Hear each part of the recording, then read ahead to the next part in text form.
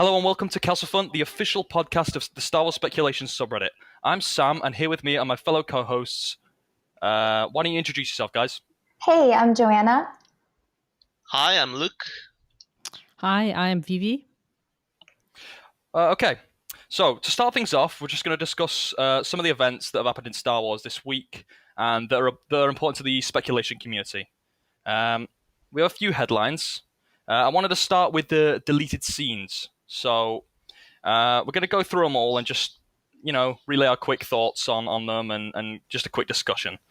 So it starts off with there's an alternate opening. Does anyone want to kind of recap what happens in that? Can I talk about it? I would love to. Yeah, that's fine, yeah. Yeah, so Okay. I actually really loved this deleted scene. I breaks my heart a little bit that it wasn't in the movie, just because it's such an interesting opening to the new movie. And one of the things that struck me about the new movie was that the opening was pretty plain vanilla. There weren't like any really striking visuals in it, and that's apparently explained by the fact that they deleted out what was a pretty clever idea that Ryan had, that they removed, I think, to improve the pacing of the beginning of the movie.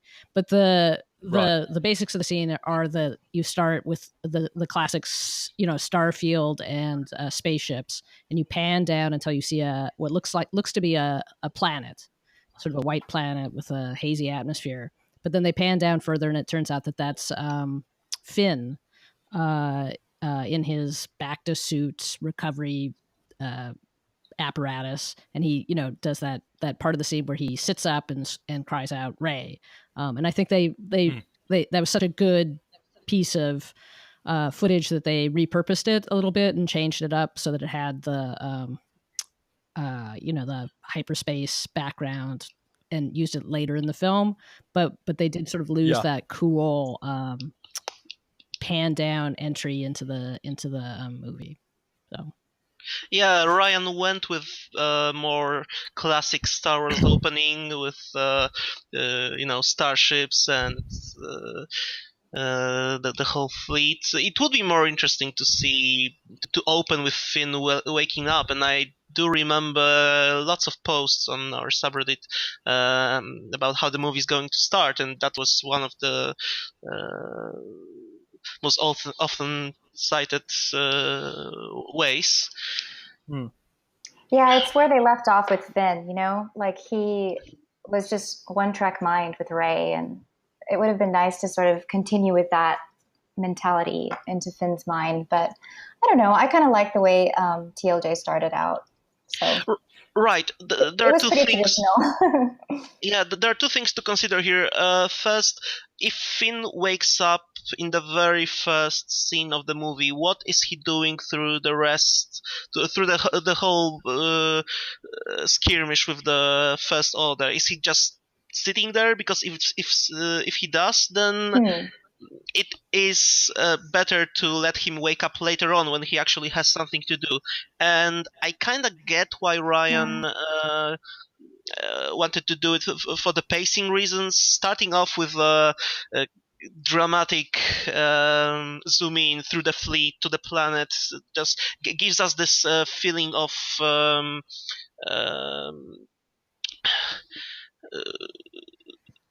intensity that the resistant fleet is going through. Like they are running away from the First Order, they are evacuating, and that's a really good point.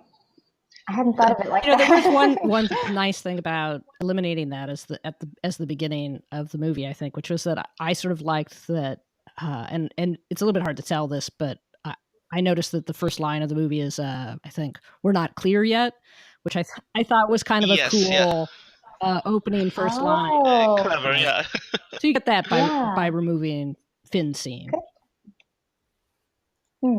Right. One thing I did really like about the scene, though, and it's not necessary, but I did kind of, and I've noticed this with a few of the deleted scenes, where it kind of, the lead into other scenes kind of makes more sense when you actually watch these deleted scenes. There's a scene, I think it's right at the end of this deleted scene. Poe talks about the fact that the First Order. I can't quite remember now, but it's something to do with the First Order ships have arrived, and that's the reason why they can't evacuate the last of the transports. So that's the reason why Poe has to actually go out in his X-wing and confront the hooks. Oh yeah, that did give us some context. So yeah. Yeah. So the next one is Paige's gun jam, right? So it's not really a necessary scene again, but it was a nice, I guess, more Paige is nice, but I suppose it wasn't necessary. It was just a nice little quiet moment. Yeah, if we're cutting down a 3-hour movie down to 2.5-hour movie, scenes like that with characters that don't really need that much of development have to go. Even if they are cool looking or, it's a nice little character moment, something had to go, and Paige had to have her bare minimum. Yeah, I do agree. Anyone else want to pitch in on that? Oh man, I loved it. I loved when the TIE fighter was blown up right there in front, and it was pretty nice. But I can see how it would be just one more frustrating thing about that whole move. One thing I did actually like without that scene is Paige is kind of like looking out, kind of in shock. In the actual film, she's looking out in shock because of all the destruction that's going on around her, if I remember correctly. Yeah. In this one, she's kind of looking at it in shock just because she's blown up a TIE fighter, and it doesn't have quite the same impact for me. That's right. Yeah. That's true. That's a good Vivi, point. did you want to mention anything about this? I this think scene? I kind of agree with you that it's taking it out actually has a stronger impact on the overall start to the movie. I love seeing more Paige. That's great, but if you had to cut something out, it does feel a little extraneous. So, I was fine seeing that one go. Right. Sure. The next one is actually probably one of my favorite deleted scenes that have been taken out of the movie, which is Luke kind of having this moment of reflection, I guess, and kind of like he kind of kneels down in his hut in his bed, and he's kind of just this silent moment. Yes. And the music's playing right after he tells Rey that he's not coming with her after she. Right. Yeah, and you could see inside his hut. Yeah, exactly. Yeah. I wouldn't say it's my favorite scene for one little reason. It's because it's not in the movie, and it's one of the, I think, 2 deleted scenes here that really get me going, because I don't get why this was cut. He said he cut it, right? Because they found that the film was... they wanted to bunch together stuff and cut less between the A and B stories, right? That the film was working better to have more on the island, more with the Resistance in longer segments. And so that was why it's taken out. I think it's a little hard for us to feel that difference without seeing how the original cut went. But I would say I did think it was an awesome scene. I wish it had stayed in. I'm kind of happy. Like when I saw the original movie, I didn't really understand the cut with Leia. I like that little scene with Leia where she's, contemplating things and looks sad. Yeah, and this scene gives us context for that. It's definitely. I just really love the moment where he's looking out through the little crack on the door and he meets Rey's eyes. I thought that was really powerful. Yeah. So, I don't know. I don't know. I think it was just a powerful scene in general. Yeah. And I am sad that it was taken out because it's kind of like it says so much without any character saying anything at all. I agree. So, he looked one nice thing about it too was that it so much turns the perspective earlier in the film to Luke's perspective, right? Because if you don't do that most of the early part of the film, you don't really understand what Luke is doing. It's all from Rey's perspective from the outside, from her banging on the outside of the door, right? So Exactly.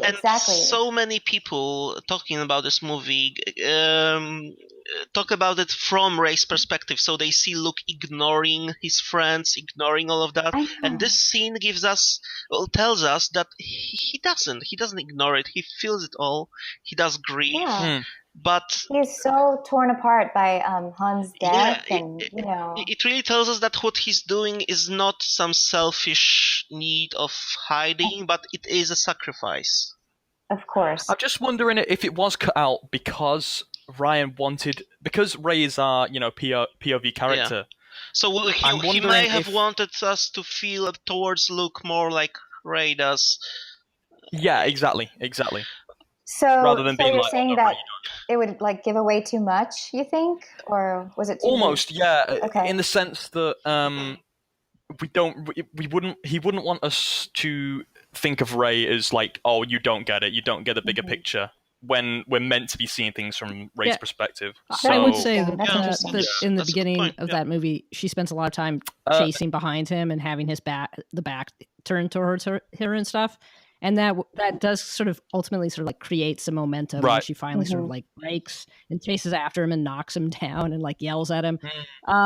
It's sort of all these built up scenes that are from her perspective of him turning away. And so inserting some stuff from his perspective does kind of undercut that. So I guess it's good in that way. I know, but so many people were confused about like what was going through Luke's mind and heart. I think it would have helped, but I don't know. On the other hand, you could say they should be, as in that's the intention. Yeah. You should think, True. This is Luke Skywalker? That's exactly what Rey thinks. In another deleted scene, she says that she believed in this legend and she was wrong, right? Mm-hmm. Yeah, so I think if it was cut for that reason, I think it was a good move, despite it being a really, really great scene. The next one is there's a scene between Poe and Finn, and it's very maybe quite reminiscent of the scene at the start of Empire Strikes Back with Leia and Han. Maybe not quite having the same connotations as that scene, but it's very, very, very similarly shot. What did you guys think of that? Well, first thing that popped in my head was the title, because I think it was not much of a sewer, and I remember so many people thinking that it was referring to the fact that initially, before Rose was written into TLG, Poe was supposed to go with Finn on his journey to Canto Bight. And so many people thought that not much of a sewer meant them literally going into a sewer. How funny. Poe and Finn together, and that was the scene. As if they shoot some of those scenes before Rose was in the picture. So that was my main takeaway from that scene. Though it was a nice moment between Finn and Poe, and I wish we had more in the movie. I mean, their buddy friendship was one of the strongest suits of Force Awakens, and I wished we had more there too. Definitely. Well, maybe we'll have more Finn and Poe in 9. I definitely hope so. Anyone else have anything to say about that scene? I just thought it was really sweet how Poe like sewed up his jacket. Yeah. It was very. Although I did actually kind of like the I love that. the part at the end where it kind of shows the arrogance of Poe, where he was like, I was busy saving the entire fleet, and then like the next scene is Leia slapping him and saying you're demoted. Like I think that was a kind of a better run-in. True. So then the next deleted scene is and I've noticed there's a running theme here. It's cutting out Finn's scenes, I think, and I don't know how I feel about that, because I know a lot of people have said that Finn didn't get quite the he got the short straw service. Yeah. I really like the scene with him and BB-8. BB-8 shows him the image or the recording of Rey, saying goodbye to him. Actually, a nice scene, because what did you guys think of that scene? Not only is it more Finn stuff, which I also am disappointed that so many of the deleted scenes were Finn scenes, but it sets a really strong starting point for him, right? On being, transforming from sort of this personal interest to larger interests, right? It gives him a stronger arc, and it makes that more clear in the film. I think that arc's still there, but this scene would have helped with that.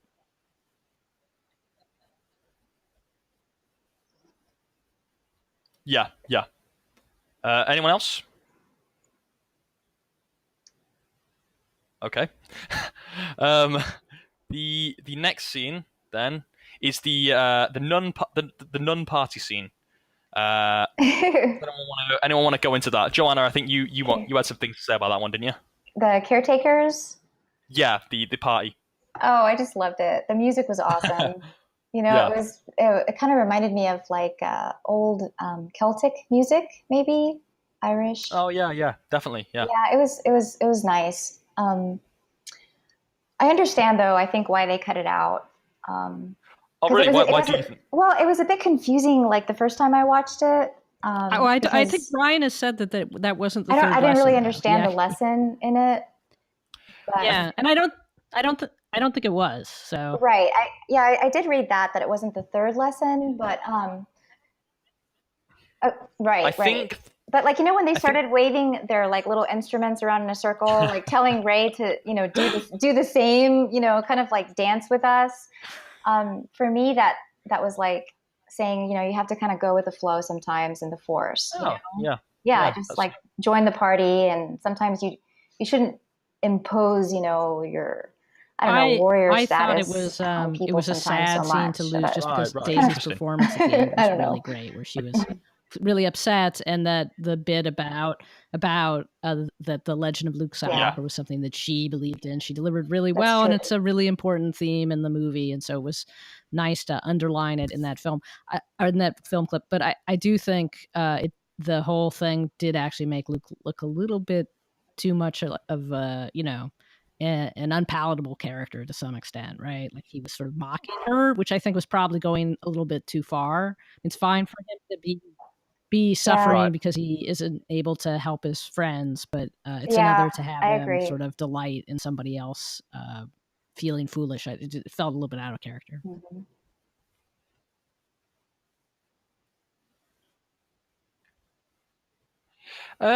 Yeah, I mean, I can somewhat agree with that, but I think I really did like the end of that scene where Luke's just kind of standing there alone, and the music's kind of playing, and it's kind of like he's realizing maybe that.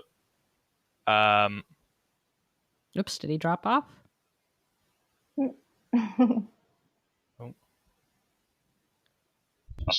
It says lost connection to server. Oh, I'm here. Yeah, it was saying that for me as well. That's why I didn't want to talk. I didn't want to talk while it was. All right. So what happened? Hey guys, can you hear me? Hey, yeah. Right. So I'm sorry. We're just going over the CEECEE, the why don't you say again party what scene? you were... Oh, all right. Saying. Yep. Yeah. Yeah. So that part will have to be edited out, obviously.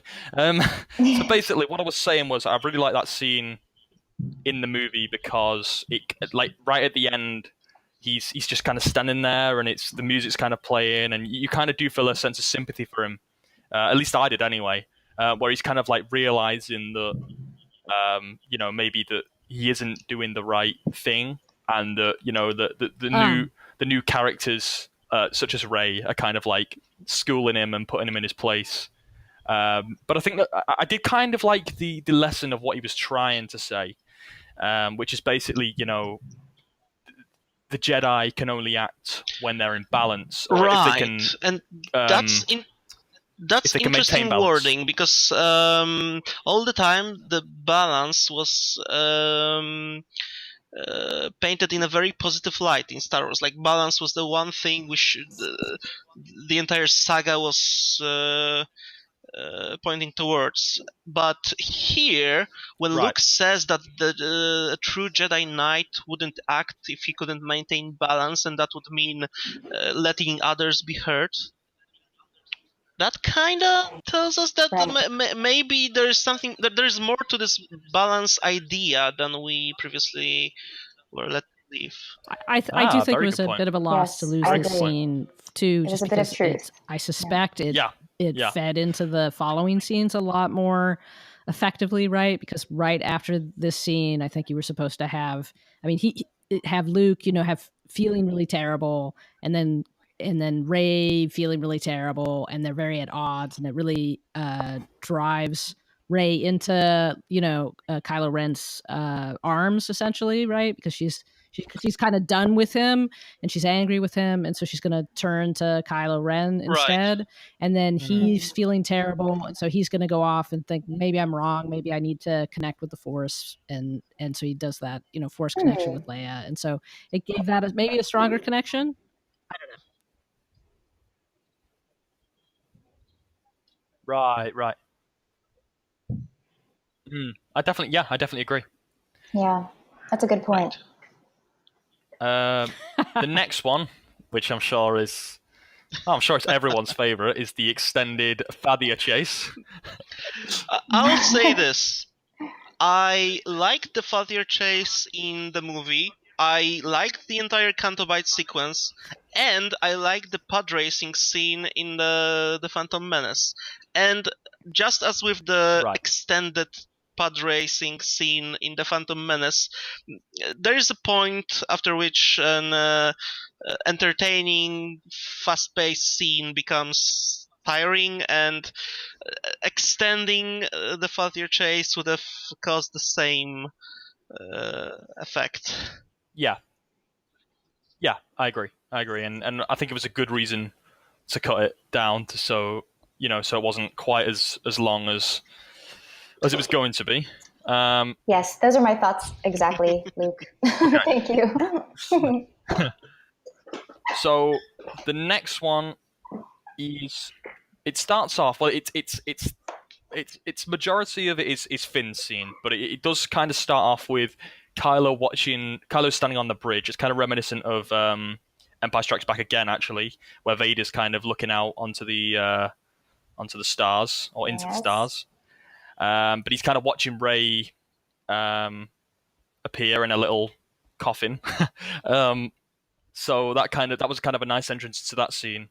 But then we have the Finn kind of, well, it's kind of like, the one thing I really did like about this scene was it gives that element of tension I don't think the movie had too much of when Finn was going undercover. Right. And I really liked that kind of like, it's like we're so close to being caught. I didn't like it, and no offense to Tom Hardy, I didn't like it as soon as Tom Hardy showed up, but I'll get into that. What do you guys think? Was this is the one where Finn tries to smooth down her curls, right? I sorry to lose it. There was a lot of I love that cool moment. Finn content. It is good. It's so cute.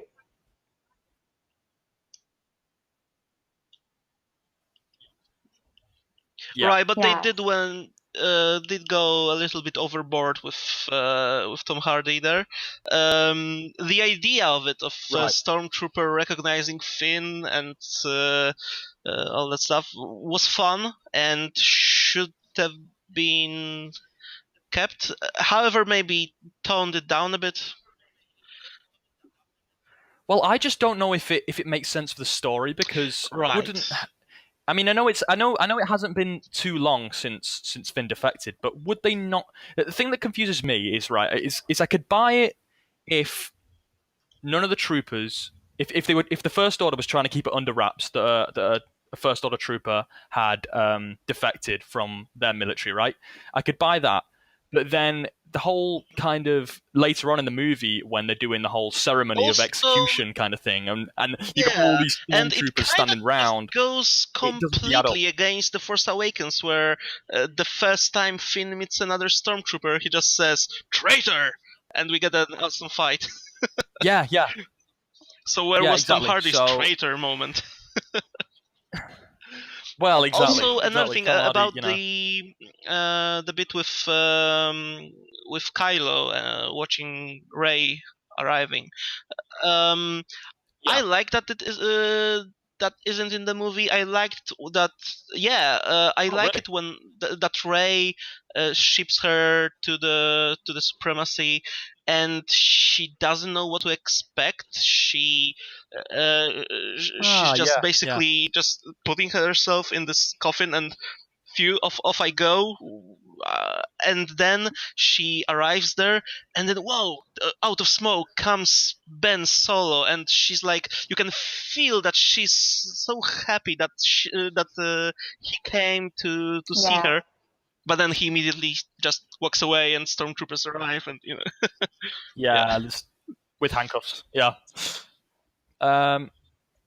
So, did anyone else have any thoughts on that scene? Or has everyone kind of said what they need to say? Forward. Yeah, we're good. Thanks. Sam. Okay, the next one, really short scene, but I did kind of like it. It was the scene where Rose bites Hux just on the hand. Can't get the break.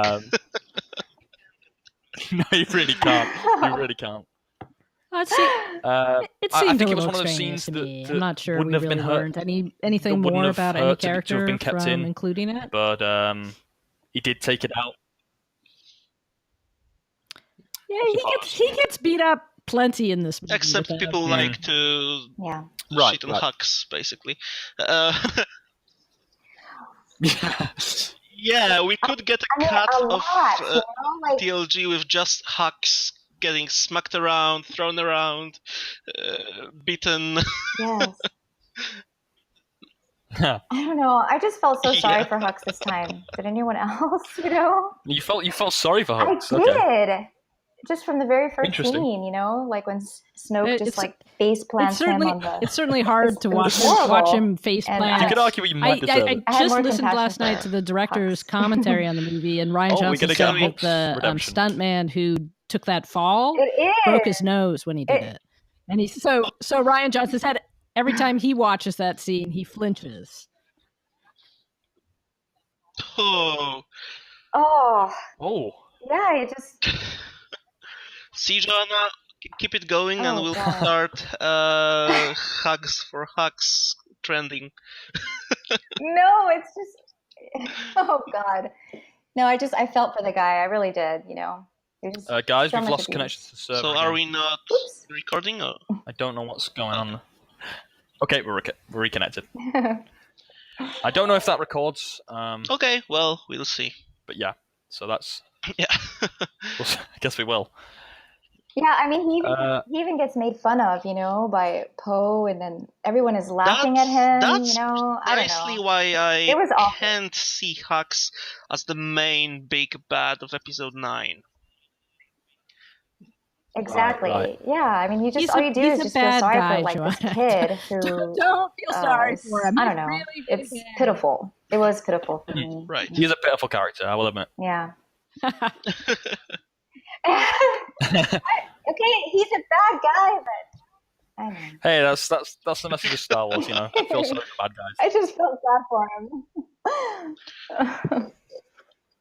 him. Right, and then we have the Finn versus Phasma scene. Does anyone want to talk about that? That's a weird scene, because it would have been so cool to have it, but it was shot weird.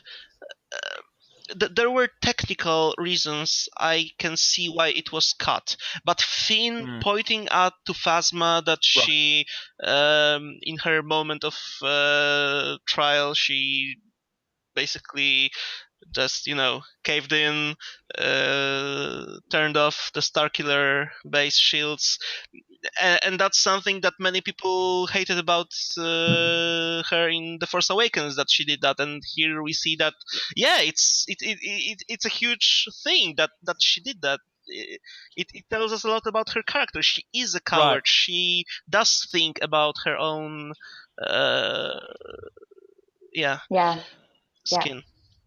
Well, the one thing I did really like about that scene is it kind of does show that the stormtroopers, like Finn, have that ability to kind of I'm sorry. I thought that was great about it. What is going on here? And kind of what I liked where, when she showing that they're not the 4 stormtroopers, the way that's cut together, I thought was kind of awesome. Reason, but I did think that his speech was a little awkwardly long and stilted, because why would she stand there while he talks for a minute about her? It just didn't make that much sense on that level. So yeah,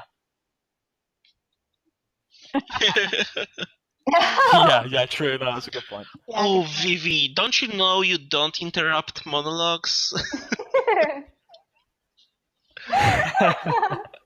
That's the unwritten rule of Star Wars. And it was nice that she got her hands. I think it was. Yeah, it was kind of Was knocked it cut off. off or I think that was great to see blasted because, off with that for the thing? speculators to see that, because I I think don't know. Bob I was couldn't fine really, I that couldn't really said catch that. on leaks that she would lose her arm. Yeah. And and so when I saw the movie, when I saw the movie, I was like, Yes, where is the missing arm? And you're right, like we didn't get a Oh, limb She received the removal, and that's Skywalker special. disappointing. But it turns out that it was deleted.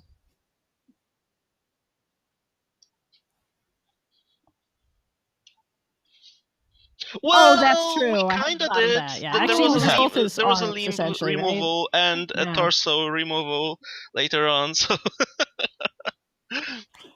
Yeah, I suppose so. yeah.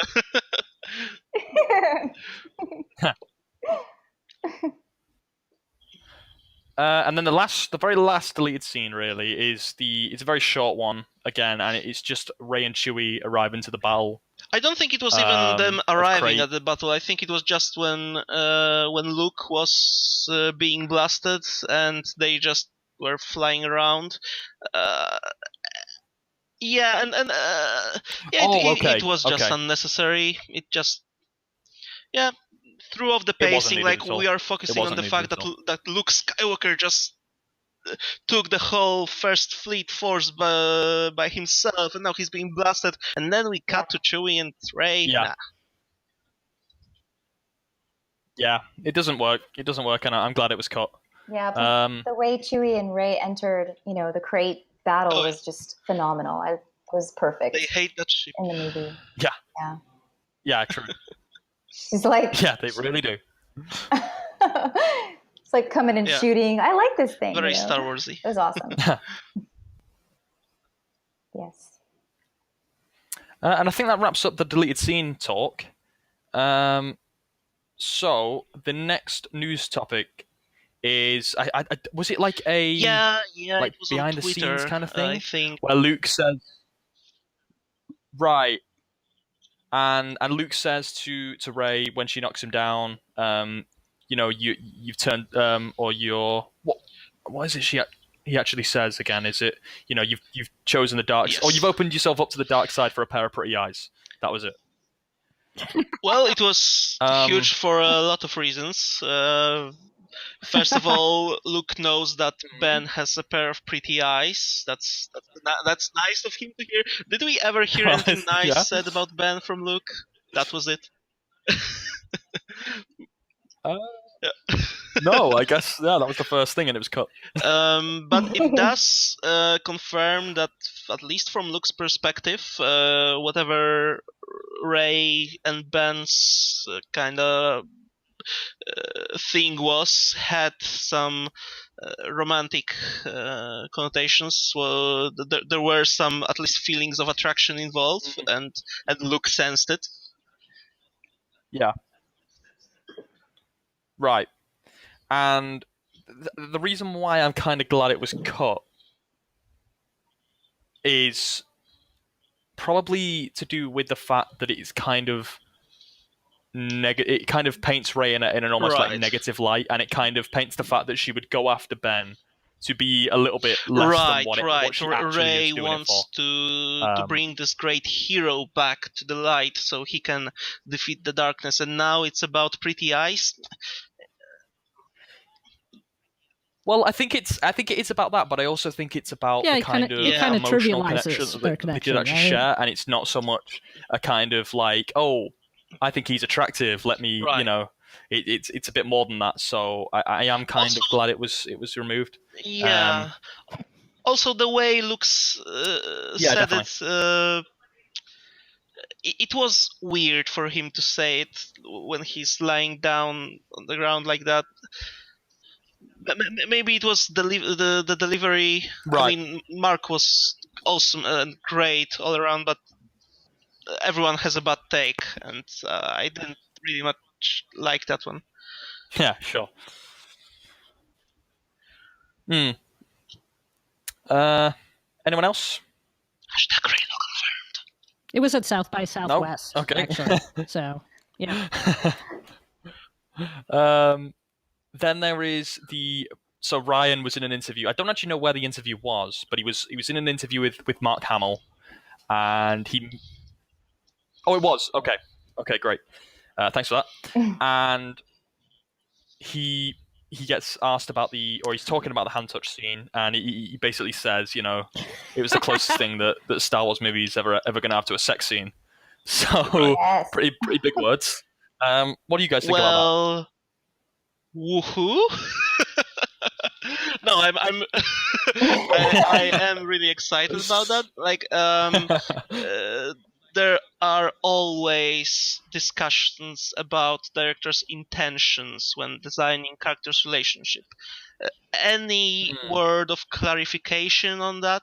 Well, on one hand, it does strip away that ability to that possibility of speculation, because it is a confirmation that this Right. one interpretation is correct. On the other hand, it just gives us so much about these characters. That's what it's about. It paints that whole scene in such I liked it because not only intimate, even but after the movie came out, I think well, and probably you guys and other sexual, people out there sexual. continue to have conversations with people about the authorial intent of the sure. movie, right? So even though I look at that and say, oh, there's a lot of attraction between those two characters, I still have people, who want to argue, well, yeah, maybe you can see that, maybe that's your interpretation, but we don't have any proof that there's authorial intent behind it. And I mean, Ryan had already given us some confirmation of that before, right? When he had that fan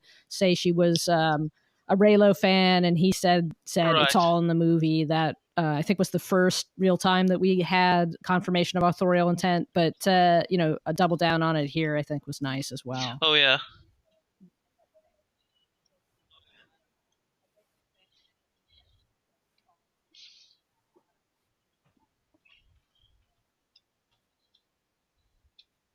Right.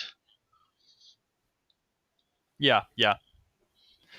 And then the next bit of news would be, so Daisy Ridley, I think it was on Facebook Live. Daisy Ridley was having an interview with Andy Gutierrez, and Andy Gutierrez, I think, states that, is it a detriment to Rey's character that she would go after Kylo and see light in people? And Rey goes, Daisy Ridley goes. I thought she fielded that question. Well, no, I think I guess that that's the main thing I would say, right? It's, a little in that bit tricky. moment, I mean, I certainly have been, in and a she thinks speculative that sense, it paints Rey an in a good light. for, So Kylo Ren's I don't know. What do you guys think? Since my first screening, so I have no doubt that that's going to happen. But I think they want to be a little bit cagey about it, have a little bit of suspense about it. So I think she fielded that question in a way that said, "Hey, there was this interesting moment. It is a real thing. It is a possibility, at least it was a possibility in this moment in this movie." But she didn't go all out and say, "Oh yeah, we're totally redeeming this character," right? So it was a nice compromise in that regard. Yeah, leaves it a little open for us speculators to argue about for the next couple of years.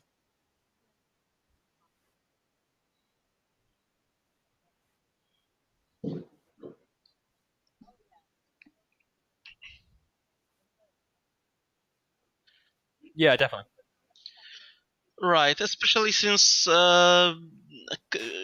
Ben's fate can be so complicated. It's hard to talk about it in simple terms like redemption and light and dark, since he's a character that kind of transcends it all. So yeah, definitely.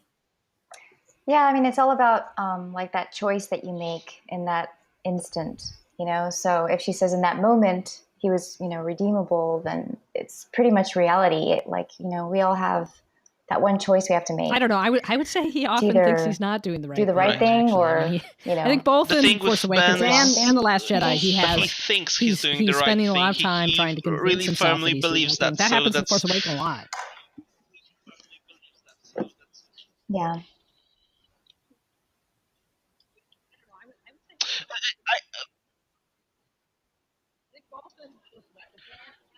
Right.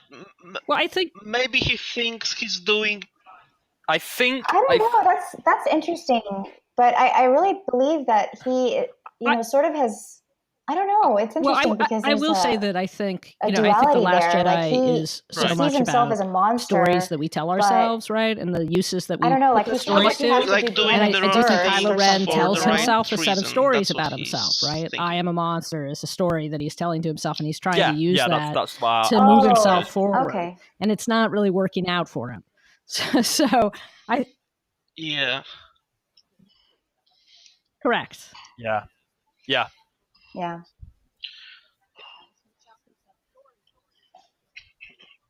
Right. Right. So Kylo Ren is a story Ben Solo tells himself, right? Well, because he saw, Snoke as his guiding light, and if you have a guy like that telling you that this is the way it has to be, Right. Oh, I don't think it's like I he don't has think all that's. this Is that true? blind I mean, I don't faith. think either Well, in he'd TFA pretty or much been TLJ, he failed by seemed like every he other felt mentor figure, Right. be it his his relationship father, with his Snoke. mother, He Luke. feels a little And trapped at the in end of the that day, the relationship, only right? person And you can sort of that he's see ever that in felt the that he could throne truly room rely on was when Snoke. Right. Because Snoke Snoke's tosses been him feeding him around all this and BS, tosses Rey around. You sort of see that about maybe he started this all kinds of relationship and now things. he's kind of stuck in it and he's not sure how to extract himself. The thing I always found in The Force Awakens is that he felt caught between his parents and Luke and Snoke, and he had nobody he could trust. And then he finds this girl, right, who is very similar to him and is also isolated and lonely. And I think my impression was always that he felt like maybe she is a way out for him.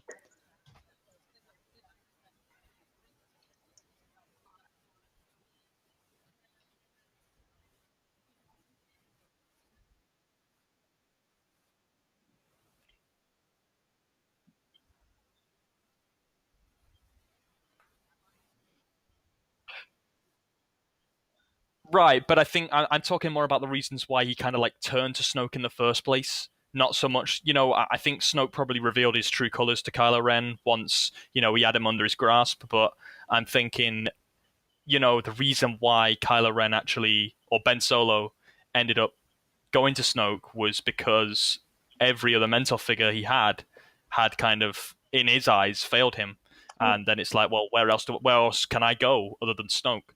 And Well, and like The Force Awakens, remember that scene where he's looking up to him like a puppy dog or something, and he's like, "I just need your guidance," right, to right. Snoke. And then I think in this last movie, The Last Jedi, is when I don't know, he saw something like truth, like when he was, Well, I think I'm sorry. I think Han's words to him, kind of struck a chord. I don't think I Oh, think well, that yeah, kind of that's true. forced him to kind of use Snoke in a different way. And I've read somewhere, and I can't remember where it was, but I know it was something official.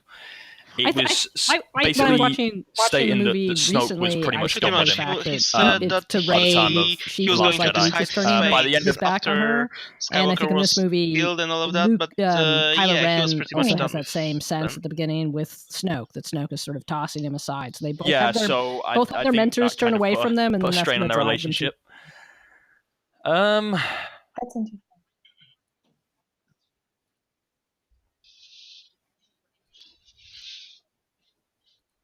Oh yeah, so right. there's a little bit of subreddit news. So we just crossed the 20,000 subscriber Yeah, definitely. line as a subreddit, and I don't have the exact numbers, but I think we've That's a good it's been point. pretty Yeah, I close like that we've doubled in That's a very good size point. in the last year. So Is that right? Vivi, did you just want to talk a little bit about the 20,000 subs for Star Wars Speculation? Yeah, and there's some really striking numbers, I think, too. I mean, the subreddits, was created, I think, just after Force Awakens, so it hasn't been around that long. I think it's fair to in say December that we now this have year, more during the Last Jedi subscribers release, we than had Anakin 4 Skywalker has million page midi-chlorians, views for the month, and that's and we had very 430,000 unique visitors. And right now, I think we have about It is. like 36,000 page views a week, and 6,000 first time visitors every week. So the subreddit's grown enormously, and that's very exciting, I think.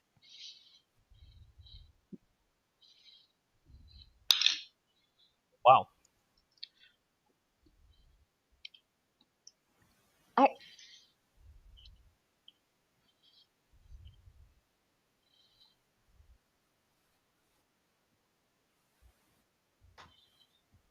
God, that It is, yeah. it's mind-boggling, you know. Think about it. All right. Okay, so we're going to move on to the next segment of the podcast, which is the kind of like the main feature, I suppose, and that is the speculation segment, right? So we're going to be each week we're going to be choosing a certain post by a member on the community on the subreddit, and we're going to be discussing that. But tonight's one's a little bit different, I think, because we've actually got two. They're centered around the same topic. There's an argument for and an argument against raid training new Jedi students in Episode 9. Luke, do you want to sure. So summarize this one was posted by against Sophie argument? HH, and she basically talked about how many people are expecting a huge gap between Episode 8 and Episode 9, after which Rey will pretty much just jump into the mentor role and start training her own Jedi Order, basically. And against that line of thinking, they say that first of all, it would be pretty weird to have that kind of time gap, which would allow Rey to gain enough experience and training to really be ready for such role. It would rob us of character development that we could see in that period, as we could see in case of Phantom Menace and Attack of the Clones. We pretty much ended up with entirely different characters after a 10-year span.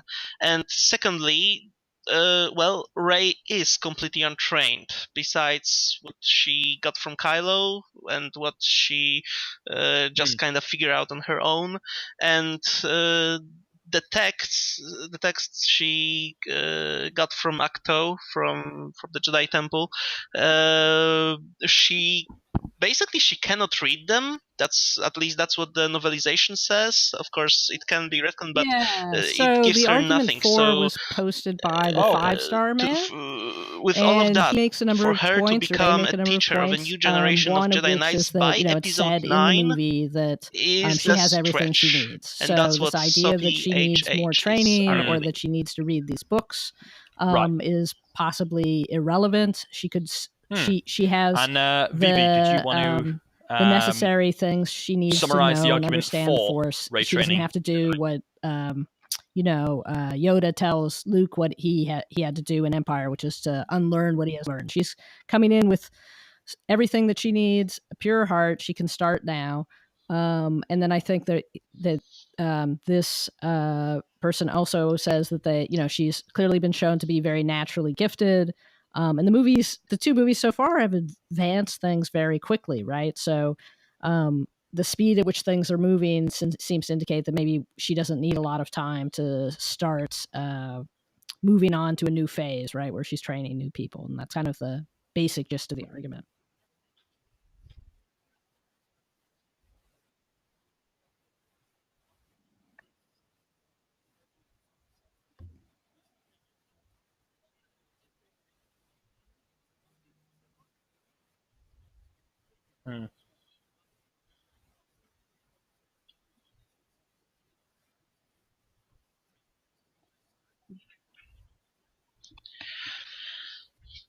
Well, Right. all of that, the whole thing about Rey having all she needs is a great point, but it's Yeah, a and great I point think that about the her 5-star own man, personal and I hate development. to She put has all words she in needs their to mouth, but become I a think that fully I've gotten a sense from realized their Jedi post, Knight. they But would even Luke answer Skywalker, that we've seen that pretty kind of much story in our before, eyes finished right? his It would journey they've been by waiting a long Return of the time Jedi, now had to see a Return to the travel Jedi Order. for decades We're how many? We're to like 5 movies pretty much into no feel Jedi ready Order, to and in this case, train they really want to see the new Jedi rise, and so they're not up for waiting, for another 5 movies to see those Jedi show up.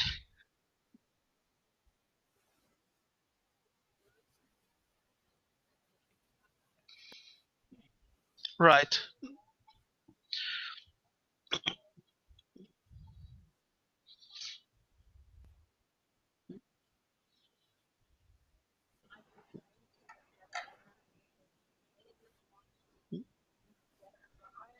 Right. What I'm kind of, I don't want to say hoping for, what I think might happen, um, whatever fate may fall on Rey and Ben, we might not see new Jedi being trained in 9, but by the end of it, if they're going to do a short epilogue or a little scene like Ryan did at the end of TLG, kind of showing us the hope for the future, we might see a glimpse uh, of the hope for the rebuilding of the new Jedi Order. I don't think they will give us a new Jedi Order on screen in 9, because that would kind of have to dominate the entire movie, ahead, and we have so many things going on.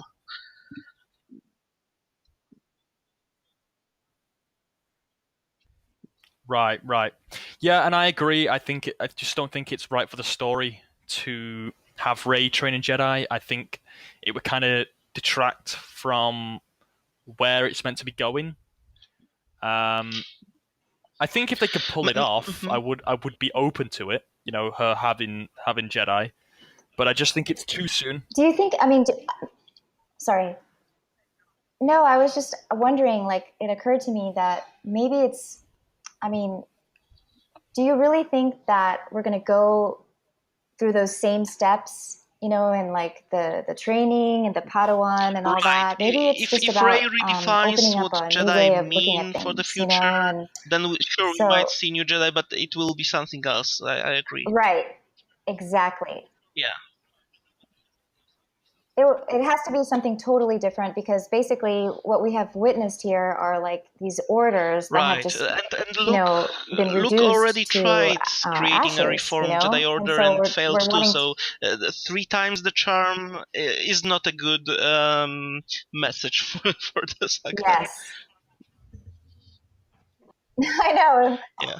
Right. They're beating us over the head with like no orders, you know. So Right, who right. knows? And you know, maybe Kylo does have a slight point at the end of The Last Jedi. You know, I mean, I'm not saying he's I'm not saying he's going about it in the right way. I think he does. Johnson did I think there is truth to what he says. Kylo's line, saying that if you try to remove the past, if you try to kill it or bury it in order to create something new, all you do is become trapped by it.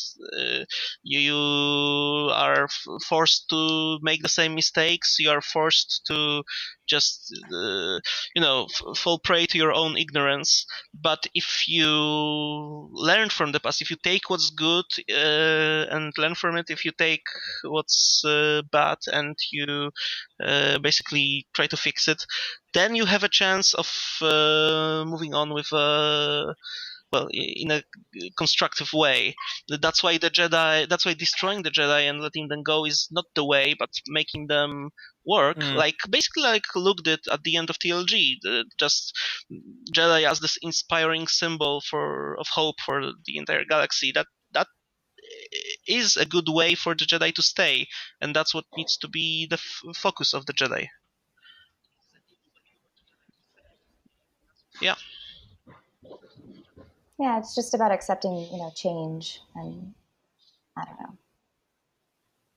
Yeah, no, I agree with that. To be honest with you, I think one of the reasons why I don't want Rey training Jedi in Episode 9 is because, not saying I never want it to happen, I just think that my kind of ideal ending is basically, you know,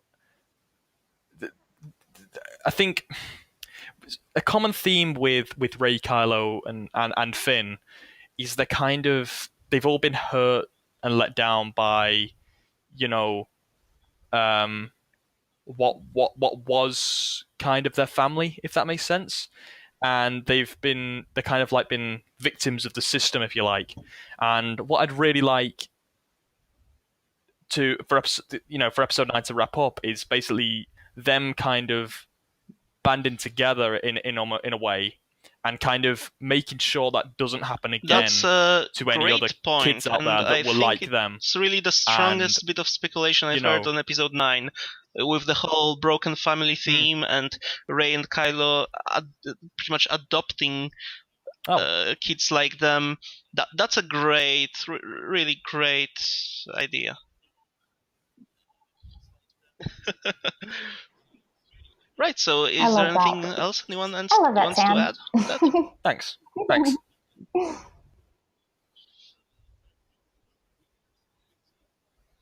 I'm pretty much done. Anyone else? Okay. Right. The very last. Oh, actually, I should just say that. Right. This is how it's going to work from now on with the whole post. Us choosing posts from the subreddit. So if you go to we do have a subreddit, which is r/Kessselfun. That's all one word. There will be a topic there, and it's going to be labeled Star Wars speculation theory suggestions.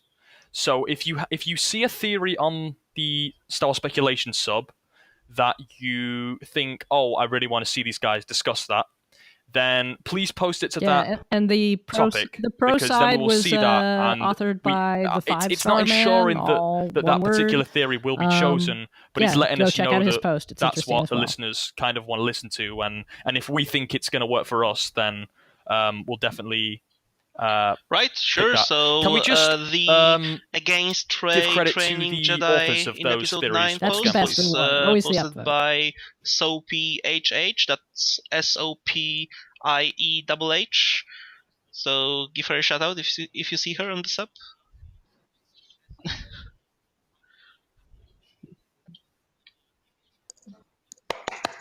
Yep.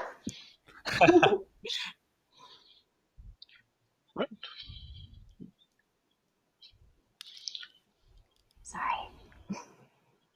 And we'll link their posts in the YouTube description. So if you guys want to check them out, give them a like, give them a comment, then or give them an upvote, I should say. Then I'm sure they greatly appreciate it. Okay. Yeah, definitely. Of course. That's what we do it for. Right. So the final segment, right, is the community segment. Now, we can't really do much for this one this week because it's the first podcast and nobody knows about this podcast. Oh man, I thought we were going to talk about the community TV series. I'm bummed out. Do what we normally do, but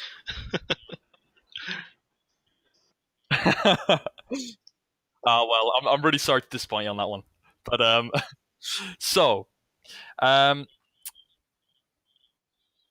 if you want to, this segment is going to be basically the way for the community and the listeners to kind of like get in touch with us and kind of ask us questions, basically. So if you want, we'd normally be answering quick fire questions, right? And if you want to ask us a question, you can either go to our Twitter, which is @Kessselfun. There'll be a link in the description for that. Or you can go to our subreddit, and there'll be a questions topic, and you can ask us a question there, and we will most likely answer that. So that's how that would normally go. Another thing for the community we're going to introduce in this podcast is a Speculator of the Month award. So, this is going to be given to a certain speculator on the subreddit, the Star Wars speculation subreddit, who we feel is deserving of it by either posting a really great theory or just continuing to be an upstanding member of the community in general. And the Speculator of the Month will be awarded 1 month of Reddit Gold, and they'll be given their own flair, which says Speculator of the Month for the Star Wars speculation subreddit. So if you want to suggest a candidate, go to our subreddit. That's our Kessselfun. and go to the Speculator of the Month suggestions and post their Reddit username and the reason why you think they should be picked. It's not a popularity contest, so we won't be basing it off upvotes. But if you give us their name and the reason for that, that would then we can see. Can't wait for all the best have a contestants. better idea of who we think deserves the award. So, yeah, thank you, Sam. Yeah, no, exactly, yeah. So, with all that said, just want to thank you very much for listening. If you want to get in contact with us, you can either go to our subreddit at @Kessselfun or our Twitter, which is @Kessselfun. And see you around, kid.